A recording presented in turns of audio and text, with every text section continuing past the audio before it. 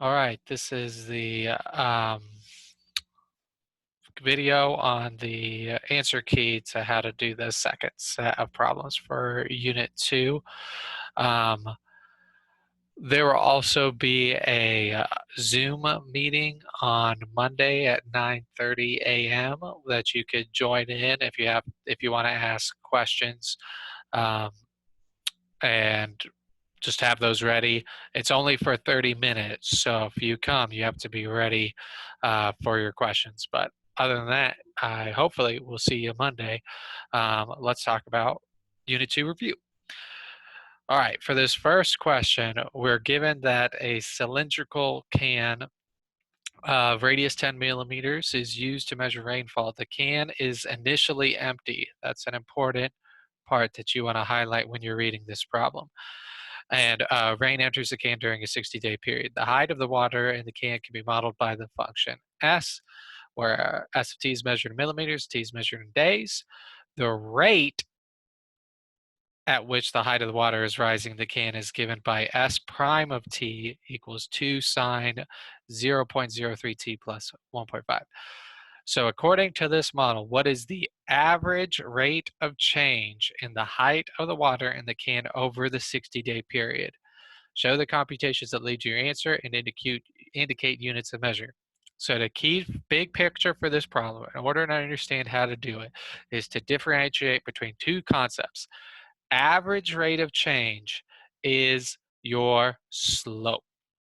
In order to find it, you would do like you would in Algebra 1, where you take your second output minus your first over your second x value minus your first. Or if you want to think about it like in function notation, we're going to take f of b minus f of a over b minus a. That's the idea for average rate of change. It is if you have a graph, right, and I want to find the average rate of change from like these 2 points, I'm looking for this line right here, which would be my slope. That is different than the instantaneous rate of change. The instantaneous rate of change is found at a point. So that would be like, for example, the slope at this point would be like that. The slope at this point would be like that. That instantaneous rate of change is slope at a point, and you find that by doing the derivative of your function. So for this problem, we're asked to find average rate of change. So in order to do that, again, we're going to do this. We're going to find the slope between the 2 points. The 2 points that we need to find is over the 60-day period. So basically what I'm asked to find here is the average rate of change is going to be S of 60 minus S of 0 over 60 minus 0. All right, that's great, but we don't actually know what S of t is. All they give us is S prime of t is 2 sine of quantity 0.03 t plus 1.5. So in order to find out what S is, we're going to have to integrate this function. And the easiest way to do this one, since this is calculator allowed on the AP Calc test that it was pulled from, is to use a graphing calculator. Now, I posted a link in the Google Classroom that you can get a license to get a TI 84 on your Chromebook. What a good spot to put this. Let's put this up here. And so if you follow that link, it works on Macs, PCs, and I believe also on Chromebooks now. Okay, so we need to hit Math 9, and that pulls up your integral function, and then the lower bound again is going to be for the 61 is going to be 0 to 60. of, and then you have to type this all in carefully, 2 sine,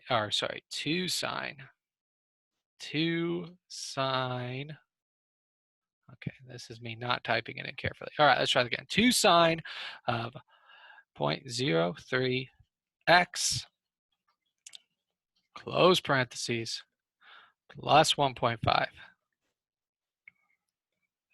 And then that is going to be with respect to the variable x. Check your mode, make sure it's in degree, and then hit enter. And you should get 171.813. You could go through the process of typing that all in again. Okay, there we go. Typing this all in again to find s of 0, but you really don't need to. If we're going to do from 0 to 0 of anything when you're taking an integral, that's just going to equal 0, right? Because if you think like the area under the curve between 0 to 0, there is no width to that two-dimensional shape. So there is no area that you have to deal with there. So really what we get is it's just going to be this minus 0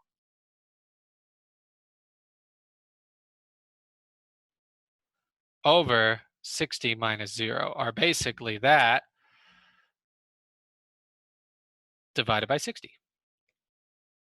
And so you get the answer. And remember, you want to do this to 3 decimal places, is 2.863 or 864.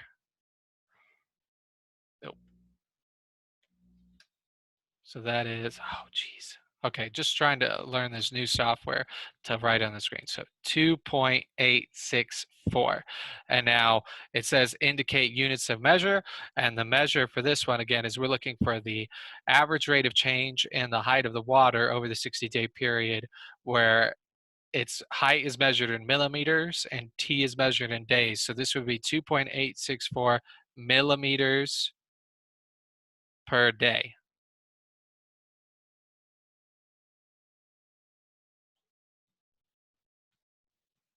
All right, and if I believe if I check the scoring guideline for this one, if I remember correctly, you got only 1 point for this one. You had to have the full thing, 2.863 or 2.864 millimeters per day. If on the real test you didn't include the units of measure, it is likely that they are not going to give you that point. So again, make sure you're reading carefully. If you didn't show your work, then you wouldn't have gotten a point for that either. You need to show that you did the average rate of change, S of 60 minus S of 0 over 60 minus 0, or just 60. All right, next one. Okay, for this one, if x is a differentiable function at x equals a, which of the following could be false? The answer is going to be E is false, but let's see why. All right, the first thing is definitely true. F is continuous at x equals a because differentiability implies continuity. If the slope from the left is the same as the slope from the right at every single point along our function, so that we could differentiate it and find the slope at every point, then it has to be continuous. There's not going to be any holes in the graph. The limit will therefore exist because continuity implies the existence of limits. If a function is continuous, then the limit at every single one of its points will also exist. Again, that's because the y value approach from the left is going to be the same as y value we approach at the right, and therefore the limit will exist. C and D are really just telling you that the derivative exists. Those are different notations for the derivative. C is the definition of a derivative at a point, and D is a derivative notation at a point as well. So C and D are just telling you that the derivative exists, which means it's differentiable. So the answer here is that f prime of a does not have to be defined in order for it to be differentiable. All right. Next question. Number 3. Let f be a function that is twice differentiable for all real numbers. The table above gives values of f for selected points between 2 and 13. Find an estimate for f prime of 4 and show the work that leads to your answer. So when you want to estimate what a derivative is at a point, the estimate that you should use is the average rate of change. And the closer you can get to that point, the more accurate your estimate is going to be. So for this problem, what it's asking you to do is find the average rate of change where x is 4. I want to find in my table the x values that are closer to that, and that's going to be right here. So our best estimate of what f prime at 4 is going to be the average rate of change. And in order to find the average rate of change, we are looking for slope. So to find slope between 3 and 5, I would do f of 5 minus f of 3 over 5 minus 3.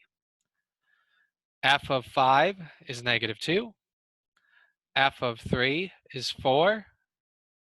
And that would be over 5 minus 3. So that would be negative 6 over 2 or negative 3. And for this one,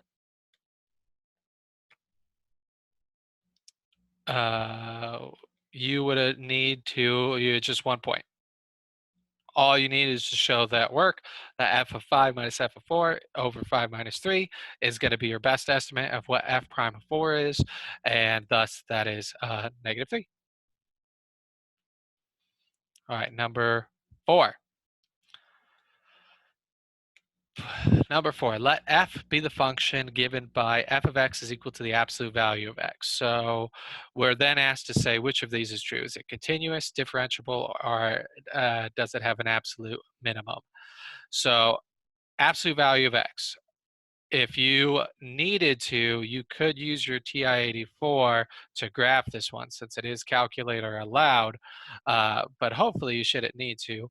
If this is your x and y axis. The absolute value of x function, it looks like this. It's a v. This is the 0.00. This is the 0.11.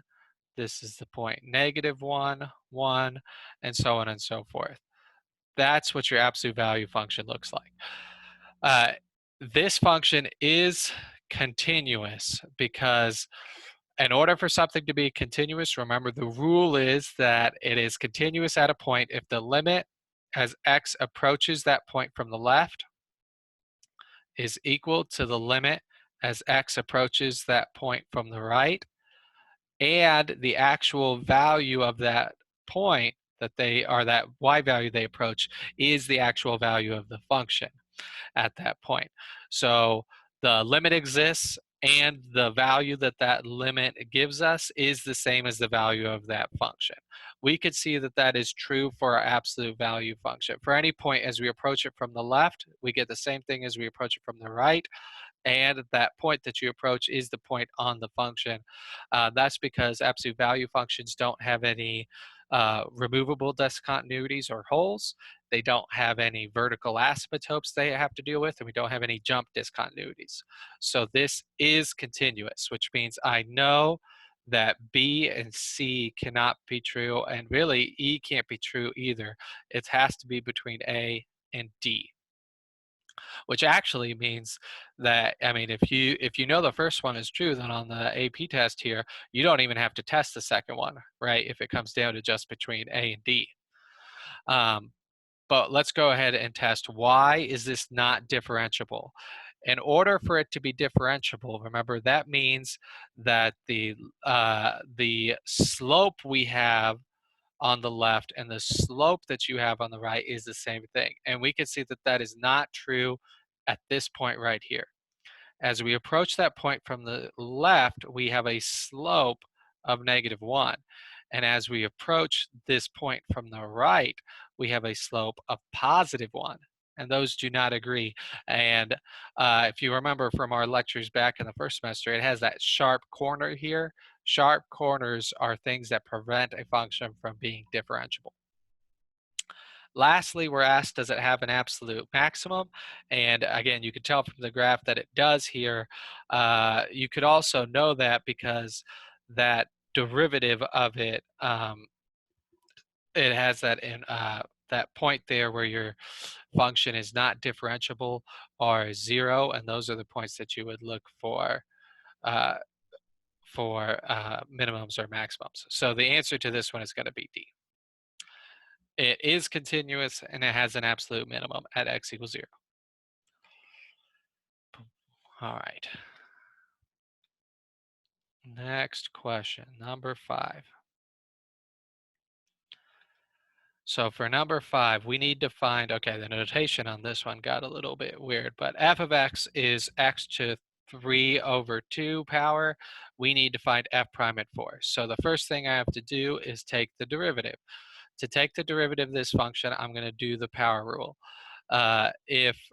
Well, let's back up. If f of x, let's say, is x to the n, and I want to take its derivative, what I do is I take the power and I move it out in front. It becomes n times x, and then I subtract 1 from the power.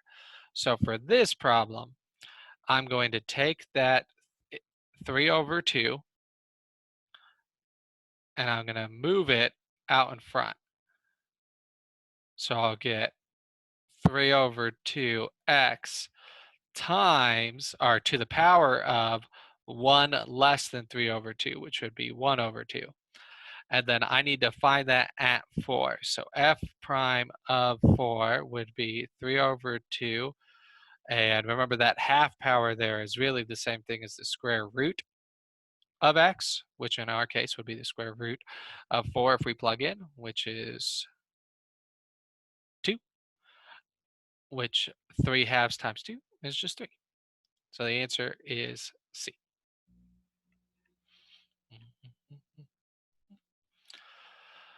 All right, next question, 6. For 6, again, the notation on this one is not as great as I would like as you're reading it from your screen. This is actually the function absolute value of x minus 2 over x minus 2. And what we're asked to find is what f prime of 1 is. So again, we're asked to take the derivative of this one. Here is a trick that you can use, though, to make this derivative really easy. When x is 1, the absolute value of 1 is just 1. So f of x is going to just equal x minus 2 over x minus 2 when x is greater than or equal to 0.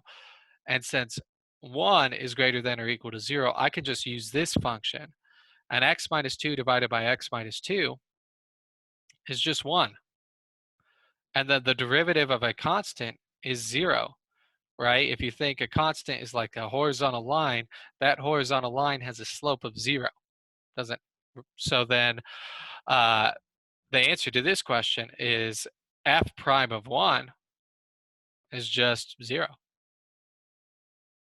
And I really probably should be I'm being a little sloppy on this notation. This qualifier that I put in there, I should really have written after every single line.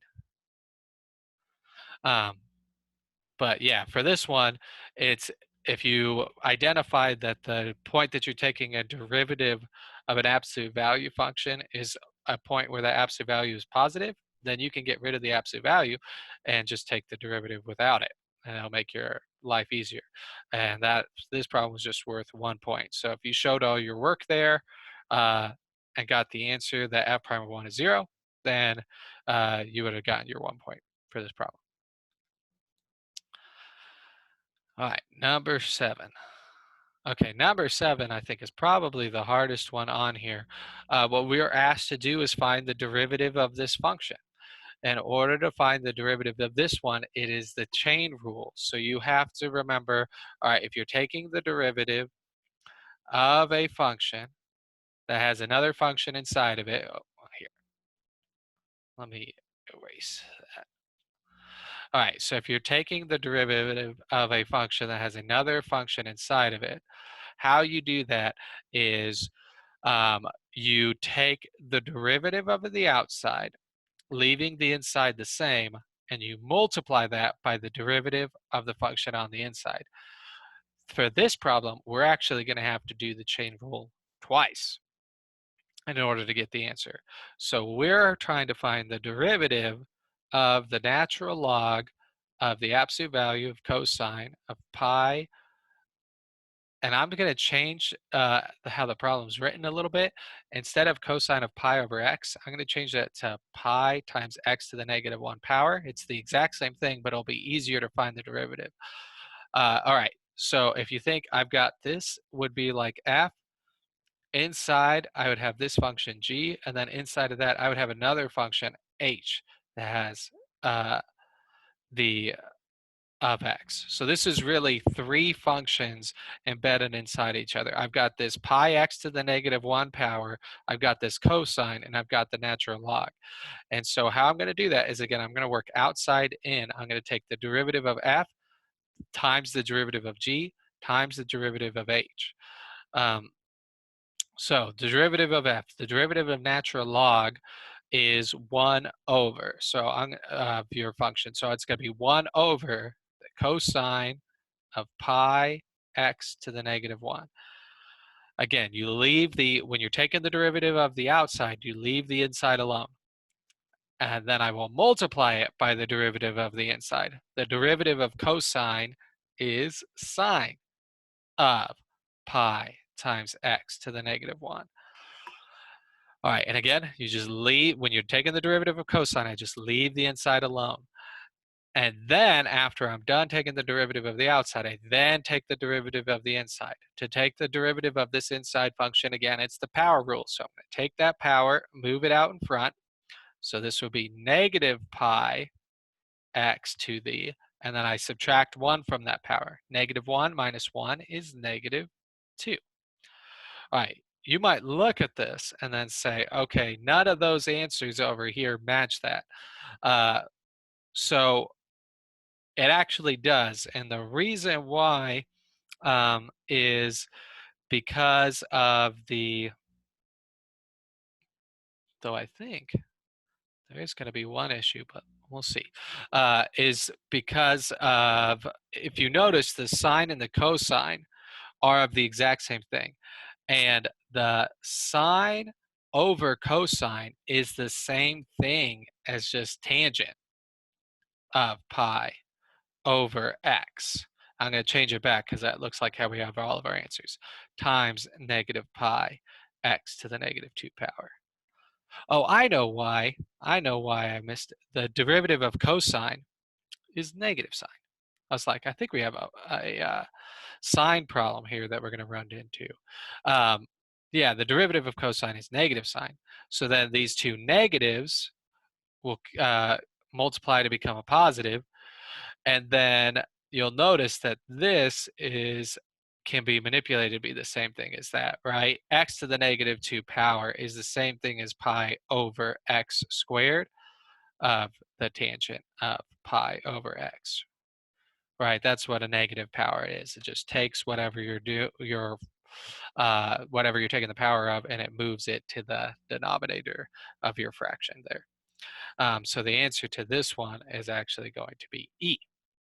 And the key part to that is just knowing your chain rule, noticing that these are three functions embedded within each other. I've got a natural log function, a cosine function, and a function with a negative 1 power, and then how to take the derivative of all those things. Natural log is 1 over, leave the inside alone. Derivative of cosine is negative sine, leave the inside of it alone. Derivative of a pi times x to the negative 1 power is your power rule. You move the power out in front and then subtract 1 from the power. And you should get the answer then of E. All right, number 8. Okay, so this is another one where we're asked to find the derivative at 0. In order to do that, we have to use the product rule, because I have x minus 1 squared times sine x. So in order to find that, if I want to take the derivative of two things being multiplied together, or two functions being multiplied together, I would do that by doing u v prime plus u prime v. The first function times the derivative of the second plus the derivative of the first function times the second.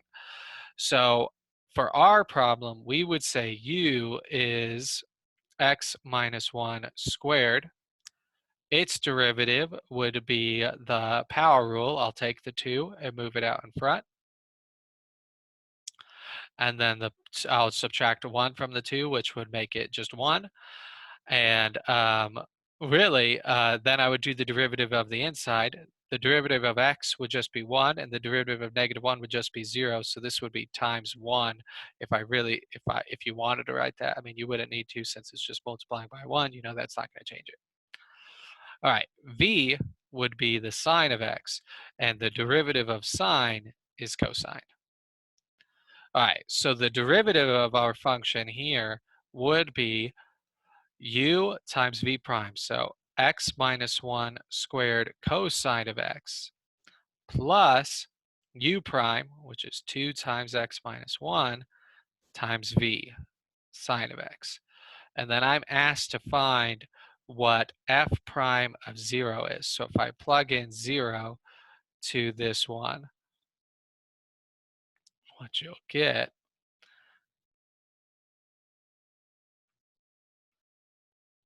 is the cosine of 0 is 0. So this is just all 0. The sine of 0 is 1. So this will become 0 plus 2 times negative 1 times 1, which is negative 2. So A is our answer there. You might be tempted to do this problem by doing Math 8 on your calculator and using n-deriv. This one, however, is pulled from the, was it positive? What did I mess up here? Is pulled from the not calculator active section. Okay, positive. What did I mess up? X minus 1 squared derivative is 2x minus 1. Sine of x, cosine of x, u cosine. Got it. That looks good. 0 minus 1 is negative 1 squared. Cosine of, oh shoot, I had those backwards. Oh, that's what I get. Yeah, okay. Cosine of 0 is 1. Sine of 0. Yeah, okay. Think about your unit circle here. All right, so if you remember, at 0, that's going to be right here on your unit circle. That would be the 1, 0. And the x value here is the cosine of your function. The y value is the sine. That's what I get for making these late at night. Okay, so this should be, if we go back then and erase this line right here. Oh, okay. Oh, go ahead and erase this over here. All right, so cosine of 0 is 1. So this becomes negative 1 squared times 1, and this becomes 0. So that's plus 0. And negative 1 squared is positive 1 times 1 is 1. Yay, D. Okay, sorry about that. All right, number 9. Number 9. So for this one, we need to find the equation of a tangent line. In order to find the equation of a tangent line, you need to know two things. You need to know slope and a point. Well, they give us the point. Yay. So what we need to do is find slope. How do you find slope? You take the derivative and then plug in your x value at that point. Or if you're possibly, you might have one that has x and y. You plug in your x and y into your derivative when applicable. So for this one, we need to find y prime. And in order to find y prime, we're going to have to do the quotient rule, because this is a function divided by a function. For the quotient rule, if you want to take the derivative of a function divided by a function, it goes v u prime minus u v prime over v squared. So in order to do that, you're going to have to um, take the derivative of both of both of these, and then plug them into the appropriate spots. A way you can, I think we did pretty good in this class of remembering this, but if you remember the formula for product rule, right, as u v prime plus v or u prime v, you can derive the quotient rule from that, because this quotient rule would be the same thing as u times v to the negative 1, right? And then if you take its derivative, that would be u times negative 1 v to the negative second, right? Plus v prime um, plus u prime v to the negative 1. And I don't know if that's the cleanest notation there, right? But you'll get those parts that you need to. And if you go ahead and move your v's to the denominator here and apply that negative, then you'll uh, get the same quotient rule. But for us, I don't think you really will need to derive it. I think we've been doing a pretty good job in our class, at least, of remembering how that works. And I think we did worse on the product rule. So really just using the quotient rule here. So for our problem, the derivative, we will just copy v to start out with. So they gave us not function notation. Y prime would be 3x minus 2 multiplied by the derivative of the top, which the derivative of 2x is just 2, derivative of 3 is 0, so that's just 2, minus the top function, 2x plus 3, times the derivative of the bottom, and the bottom's derivative is also easy to find. The derivative of 3x is just 3, and the derivative of negative 2 is 0, so this is just 3 over 3x minus 2 squared. And so we want to find out what that is at the point 1, 5.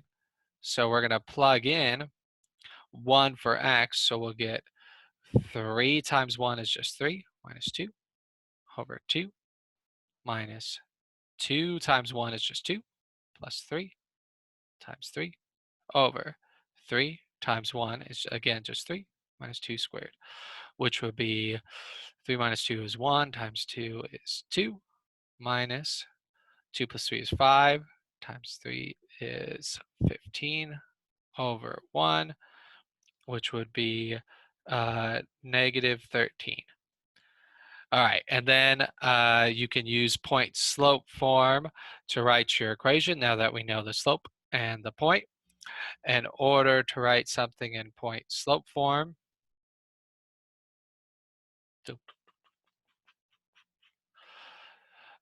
you will use the following form, which again, I think we're pretty good on how to use point slope form, but it's just y minus y1 equals mx minus x sub 1. So if we plug in, it'll be y minus 5 equals negative 13, x minus 1. And it looks like they have this in standard form for all of our answers here. So we're going to have to convert this by distributing. Y minus 5 is equal to negative 13x plus 13. And then we need to add our x to the left and the y to the, or that constant to the right to get 13x plus y equals 18, which is B. Let's double check our answer here, but yep, B. All right, last melon, number 10. Okay, number 10 is not too bad. You just have to remember your derivatives of tangent and cotangent. The derivative of tangent is secant squared x. The derivative of cotangent is negative cosecant, so this would become negative cotangent already, so it'll be negative Derivative of cotangent, again, is negative cosecant. And then two negatives make a positive. So the answer is E. And again, this is one that if you really wanted to, you could, if you like were desperate and you don't remember those identities, which hopefully you should just have memorized. But if you don't and you have time left over in your test to try to figure out what it is, remember that tangent is just sine over cosine. And you could take the derivative of that using the quotient rule, and then you'll just have to use your identities to your trig identities to get the end of secant squared. But really, this is just one where you should have that formula memorized. All right, that finishes the Unit 2 review. On Monday, we'll have a Zoom meeting that you could go to ask me questions. We'll do Unit 3 and 4 next week, and then 5 and 6 the week after, and then 7 plus the 2 lessons that we didn't get to. And I think that should bring us pretty close to what the test dates are, though they haven't released those yet. So that schedule might have to change. All right. Thank you all for watching. Have a good one.